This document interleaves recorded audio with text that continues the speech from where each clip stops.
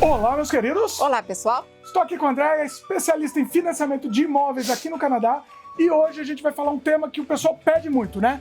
O passo a passo para a compra e financiamento de um imóvel aqui no Canadá. Sim, então eu vou dar uma introdução e depois eu vou falar do princípio da fase da pré-aprovação até o final, quando você pega as chaves. Vamos lá, tá muito interessante. Roda a vinheta.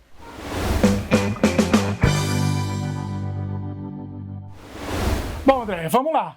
Desde o princípio, né? Vamos começar do princípio. Primeiro passo. Primeiro passo. O primeiro passo é definitivamente construir o crédito. Construir, mesmo antes de você decidir comprar casa, você constrói o crédito. Absolutamente. Você tem que ter algum tipo de crédito aqui no Canadá para os bancos poderem financiar. Geralmente, quando o cliente nos procura, a gente dá uma assessoria completa para construir esse crédito e com uns 4, 6 meses a pessoa já fica pronta. Ah, é? 4, 6 meses já dá pra... A maioria das pessoas não estão prontas, entendeu? E esse é o prazo médio quando a gente começa com o cliente e tal. Então é uma consultoria bem longa que a gente anda com o cliente realmente passo a passo. Pega na mão mesmo. Quando a parte de crédito está resolvida, a segunda parte então é a pré-aprovação. A pré-aprovação nada mais é que o banco te dando uma garantia, ele vai segurar uns juros para você por 90 dias para você poder comprar seu imóvel. Nesse ponto, a gente já tem a parte do crédito resolvida, a parte do emprego já tem que estar também tranquila e a parte da entrada também tem que estar resolvida. Tá. Então, no dia que você coloca a oferta na casa, você já tem que ter a entrada, o down payment. Tá. Isso é uma coisa que às vezes a pessoa fala assim, mas eu ainda tenho mais 2, 3 contra-cheques para entrar e esse dinheiro vai ser parte para a entrada da casa? Não pode. Então espera. Espera um pouco. Então, seria isso, a pré-aprovação. Depois da pré-aprovação, você está pronto para encontrar com o corretor, né? Então, esse encontro com o corretor... Desculpa interromper. Então, ou seja, a pré-aprovação é antes de você falar com o corretor, inclusive. Sim. Na verdade, as pessoas que vão direto para o corretor acabam voltando para mim. Ele manda voltar. O corretor geralmente fala, olha, você já está qualificado? Porque o corretor é um autônomo. Sim. E ele precisa saber se você está sério naquela... Porque não vai perder tempo, né? Perder tempo para nada. Ninguém quer perder tempo. Aqui a gente, né? Se a gente não trabalhar, a gente não recebe, né? Time is money. Time is money. A gente não tem nenhum tipo de férias, 13º, então assim, a gente tem que estar recebendo. Então o corretor, ele manda o cliente de volta para a gente porque ele ainda não está qualificado. Tá. Depois que você já está qualificado, você já está sabendo para quanto que você pode comprar, a sua entrada já está pré-qualificado, né? Pré-qualificação. É diferente isso também, é interessante isso. Sim, né? Muita gente acha que a pré-aprovação já é uma aprovação final. Não é. A pré-aprovação nada mais é que que a gente chama de rate hold, que é o banco vai honrar aqueles juros que ele está te oferecendo na carta de aprovação por 90 dias, tá? Se você não encontrou a casa nos 90 dias, a gente pode renovar a um novo termo de 90 dias. Mas também não significa que você está aprovado, ele vai depender da casa que você escolheu, né? Um monte de coisa. Eu quase falo assim, quando você entra num banco e pede uma pré-approval, o banco vai te dar de acordo com os dados que ele tem na conta, só que o banco não está olhando a documentação. Essa é a diferença entre a consultoria que eu dou. Quando eu emito uma carta de pré-aprovação para o cliente, eu já fiz a revisão completa do file. Então, eu sei se aquele cliente tem condições ou não de pegar um imóvel. Tá. Tem algumas pessoas que o file não está tão... assim, de acordo com as guidelines, é um pouco mais complicado, mas geralmente quando o cliente recebe a carta de pré-aprovação comigo, a chance é muito grande de ficar bem tranquilo. E outra coisa, quando você já tem uma pré-aprovação, o processo vai mais tranquilo. Bacana. Tá? Então, quando você tem essa carta, você está pronto para procurar o profissional, que é o corretor. O corretor, ele é o responsável de ajudar você a encontrar a propriedade. Ele é que vai ser responsável para saber se a propriedade tem algum problema, para você não ter nenhuma surpresa, né, down the road. E eu trabalho com esse corretor. É uma consultoria que o cliente não paga por ela, entendeu? Porque quem paga o corretor é quem está vendendo o imóvel e quem me paga é o banco que o cliente deseja fazer negócio com ele. Quando você encontra esse corretor, é muito importante, eu sempre falo isso, faz uma lista de tudo que você quer na propriedade, porque ajuda o corretor. Sabe, se você está pensando em ter filho daqui 2 anos, então já fala, olha, eu quero uma casa que tenha pelo menos um quarto e mais um quartinho pequenininho, não precisa ser um quarto grande. Se você não tem carro, é importante o corretor saber que você precisa de public transportation, que seria o transporte público, né? Se você, por exemplo, se você já tem uma criança na idade de 5, 6, 7 anos, você precisa de ter uma escola próxima. Então, assim, se você já tiver todas as coisas que você precisa... As coisas obrigatórias, as coisas interessantes, pode ser assim, talvez 2 listas até. Você pediu eu sugeriria uma lista obrigatória e uma lista de coisas que... vantagens. Interessantes. Assim. Mas assim, você tem que ter uma ideia mínima do que você quer, da área que você quer, se você já tem, se você quer casa, se você quer apartamento, se você quer uma casa geminada. Então, assim, isso facilita. A maioria das pessoas não tem ideia do que elas querem. Sim. Então, elas ficam muito assim, elas vão para tudo quanto é lado. Então, atirando para todo lado. Então, quando você já está pré-aprovado, você pelo menos já sabe o valor até quanto que você pode comprar. E se você tem a consultoria de um corretor, a sua chance do processo ir mais tranquila é muito mais alta. Bom, encontrou a propriedade. E agora, o que é que faz? E agora? Então depois de passear bastante, visitar várias casas, que aqui é muito interessante essa coisa de comprar casa, né? Divertido, eu me divirto. As casas abrem as portas, é o que a gente chama de open house, que é um determinado dia, geralmente é sábado ou domingo, pelo horário específico também, onde você pode literalmente entrar na casa das pessoas. Fuçar tudo. Você não deve fuçar nem nada. Você sabe que eu fuço, você sabe que eu fuço. Eu abro todos os armários. Meu Deus do Inclusive, quando eu fui filmar, a gente tem uma série aqui no canal Open House, que eu abria todos os... Não pode? Não, poder pode. Mas pra que você fica olhando as coisas do outro? Eu quero ver o tamanho do armário, não é pra ver as coisas, eu quero ver o tamanho. Você abre geladeira? Não, geladeira não, aí também não. Não chega armário de cozinha? Armário de cozinha, de vez em quando, eu abro um ou outro, só pra ver como é que é dentro, como tá conservado. Não pode? Não convém? Pode. Não convém. Olha, eu tô sabendo agora. Não, mas assim, né? É porque assim, se tem gente morando, né? Mas não é pra fuçar, tá? Fique bem claro, não é pra ver a vida dos outros. É pra fuçar, sim. Não é, não. É sim. Eu quero só ver assim, o armário tem que abrir pra ver o tamanho, a profundidade. Só isso, entendeu? O pior que eu fiz um monte de vídeo, eu fiz assim, vocês vão ver. Nossa Entra aí, tá uma playlist aí, que é Canadá Diário Open House. Bom, mas anyway... Fiquei sem graça agora.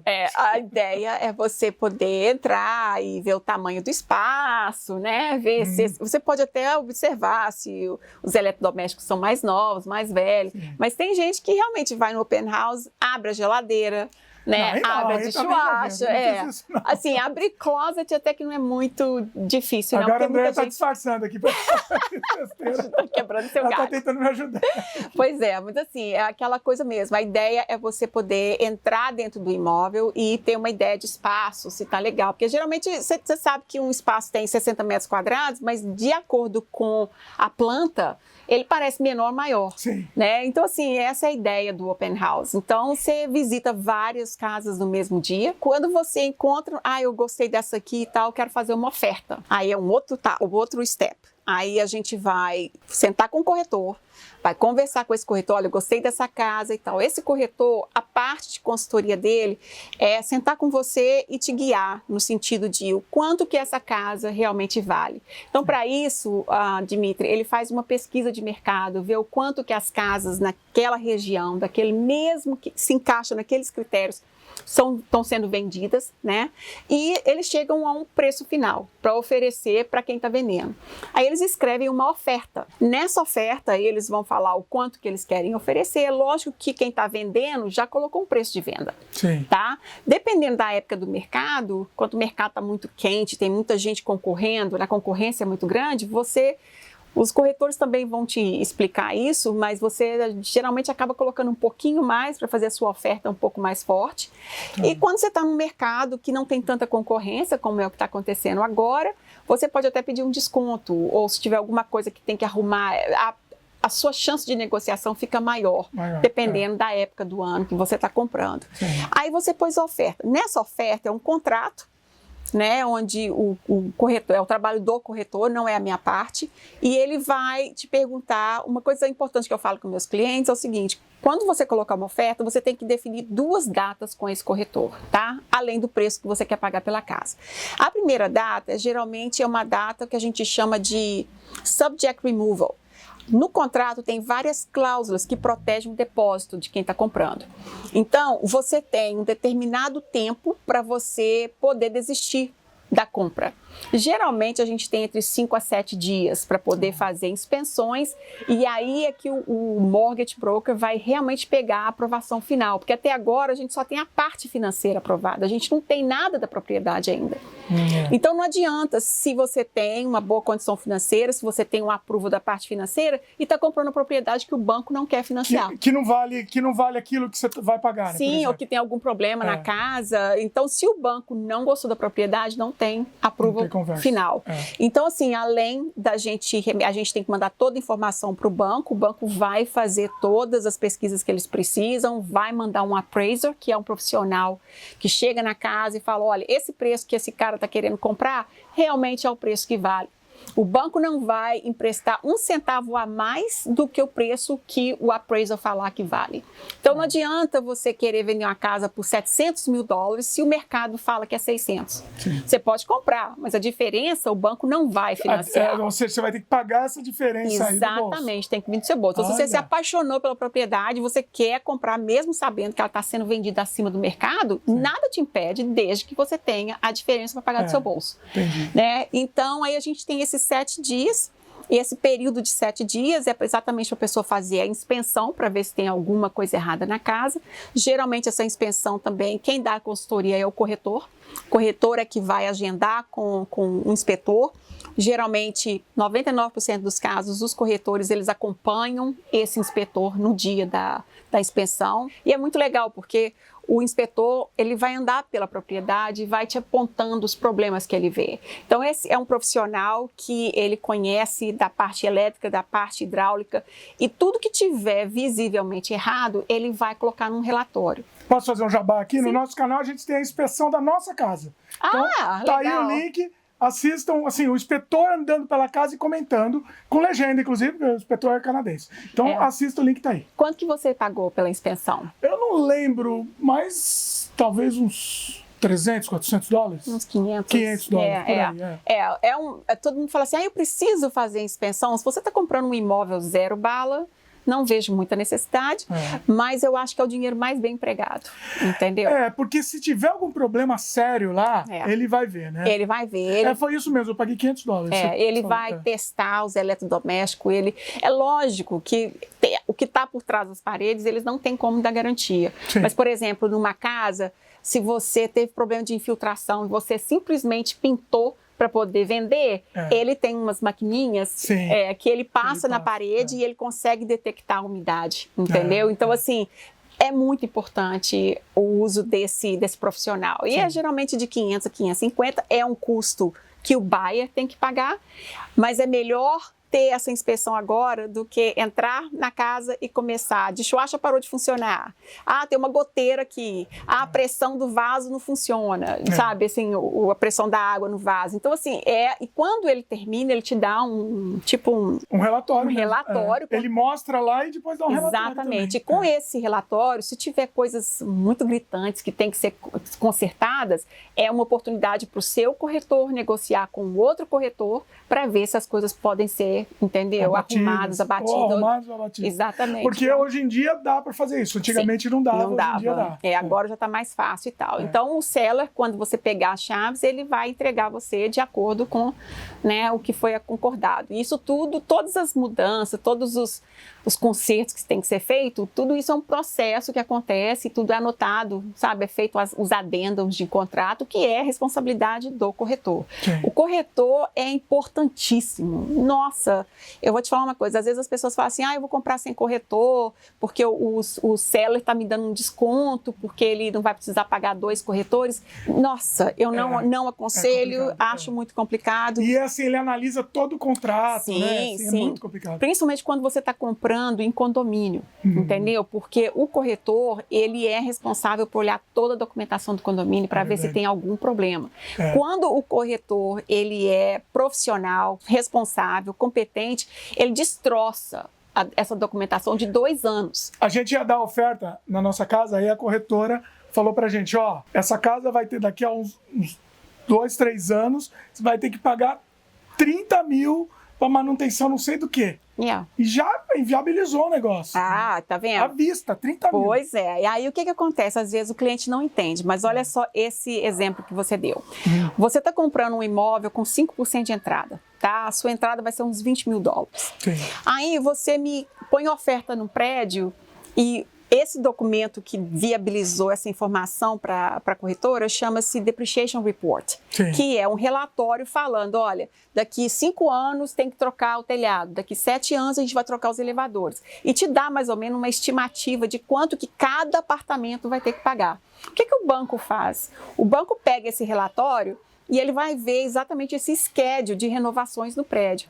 Se tem alguma coisa de 30 mil acontecendo daqui 3 anos, se a pessoa está comprando com 5% de entrada, juntou às vezes aí o ano todo 20 mil dólares. A pessoa tá no limite lá. Você acha que o banco vai aprovar? Pois é. Não vai. Sim. Porque o banco sabe que daqui 3 anos, de onde que essa pessoa vai tirar 30 mil? Né? Então, assim, é toda uma consultoria que o cliente não vê acontecendo. E muitas vezes, quando o corretor não é competente, que o corretor não é profissional, esses detalhes passam. Então, assim, o corretor é um profissional importantíssimo nessa caminhada da compra da casa aqui no Canadá, mesmo porque é tudo muito diferente, né? Então, assim, tem muitas cláusulas de contrato que te protegem e protegem o seller, quem está comprando. Então, se você não tem uma pessoa do seu lado, uma outra coisa que eu não gosto quando acontece é ter um corretor trabalhando para os 2 lados. Às vezes você tem um corretor que trabalha para quem está vendendo. Ele defende os 2 interesses, né? Mas na hora que a bomba explodir, quem que você acha que esse cara vai estar representando? Pois né? Ele não tem como ficar de um lado. Não. Então, assim, é muito complicado, se bem que isso, a legislação já mudou. Agora você não pode mais estar representando. Isso mudou o ano passado. Então, você já não pode mais, um corretor estar, sabe, advogando para os 2 lados. Não pode mais. Bom, André, vamos lá, vamos continuar. Aí, passou do 7º dia, a gente, tá tudo beleza. A parte do financiamento tá 100% aprovada, a inspeção foi tranquila. Se você teve que fazer um appraisal na propriedade, o banco já mandou esse profissional, tá tudo tranquilo. Appraisal é uma avaliação, né? É um avaliador, ele vai na propriedade e tal, para assegurar para o banco, né? Porque o banco quer saber, né? Porque ele vai colocar o dinheiro naquele investimento. Então, quando isso acontece, é o dia de você remover todas essas cláusulas do contrato que estão protegendo o seu depósito. Quando você remove essas cláusulas, quer dizer que você pode até desistir dali para frente. Mas se você desistir, o seu depósito vai depender do seller. Se ele falar, não, eu não devolvo, você perde, não tem como nem recorrer. Então, você pode recorrer, mas você realmente vai ter problema para receber depois. E a outra segunda data que tem que ser definida é quando é que você quer receber as chaves. Né, que a gente chama de closing date. É o dia que você vai realmente fechar a transação com um advogado ou com um notary. Então, nesse dia é quando tudo é finalizado. Entre esse dia que você remove essas condições do seu contrato até o dia das chaves, não tem nada para ser feito. Você fica lá, né? Você fica lá esperando. Bom, até tem, né? Você pode começar a encaixotar, arrumar as malas. Já fechou o negócio. Já fechou o negócio, né? Muita gente pergunta assim, quando é que eu pago a minha primeira prestação? Enquanto você não for dono do imóvel, não tem ainda prestação para ser paga. Então, se você compra um imóvel no dia 5 de junho, por exemplo, a sua primeira prestação vão ser 30 dias depois do dia que você tomou posse. Então, seria dia 5 de julho, tá? Então, esse é todo o processo. Uma outra coisa, quando você vai comprar, você vai precisar de alguns profissionais. Então, quando você está no processo da compra da casa, você vai precisar de um mortgage broker, né, que é a primeira parada, é com o mortgage broker. Depois você precisa de um corretor. Depois que você precisa de um corretor, durante esse processo dos 7 dias, você vai precisar de um appraiser, você vai precisar de um home inspector. E quando a gente remove isso tudo, para finalizar, você vai precisar de um advogado. O advogado, ele funciona como... notary, né? Ele vai funcionar como um cartório. É ele que vai fazer a transferência do imóvel, do nome de quem está vendendo, para o nome de quem está comprando. A gente já explicou sobre isso aqui no canal, inclusive falando com uma notary aqui. E o link tá aí também, recomendamos. É a Flávia? É a Flávia. Ótima profissional. Muitos brasileiros trabalham com ela. recomendo. Mas é isso aí. Então, assim, esse vídeo eu acho que vai ajudar muito, porque as pessoas, quando estão comprando aqui, elas ficam muito perdidas. O que vem depois? O que eu tenho que fazer agora? Eu acho que foi muito passo a passo, foi bem explicativo. Eu espero assim, que foi ajude. bem legal. A minha consultoria, ela está incluída desde essa parte bem inicial do crédito até a parte final, entendeu? Onde a pessoa recebe a chave. Bom, se bem que quem entrega a chave é o corretor, mas a gente está ali, sabe, para dar toda a assessoria e tal. Bom, e quem tiver interessado, como é que faz, Andréia? Pois é, igual eu te falei, a primeira parada é comigo, né? Então, assim, mesmo se você não tiver crédito nenhum, a gente tá aí para isso mesmo, a gente pode assessorá-lo com tudo, durante todo o processo. Mesmo se você não estiver aqui em Vancouver, a gente atende a todo o Canadá, inclusive em Quebec. Qualquer dúvida, manda um e-mail para a gente. Será um prazer ajudá-los. Os contatos estão aqui na tela e também na descrição do vídeo. A Andréia, ela também presta consultoria. Então, se você estiver interessado, entre em contato que vale a pena. Realmente, a gente recomenda. Será um prazer. Queria agradecer a Andréia mais uma vez. Prazer foi todo meu. Mês que vem ela volta com mais esclarecimentos aqui para vocês. Gostaram do vídeo? Dá um like pra gente, adicione os favoritos, comente, divulgue, se inscrevam no nosso canal se ainda não se inscreveram, clique no sininho de notificação para sempre receber as novidades. Valeu e até a próxima. Até a próxima.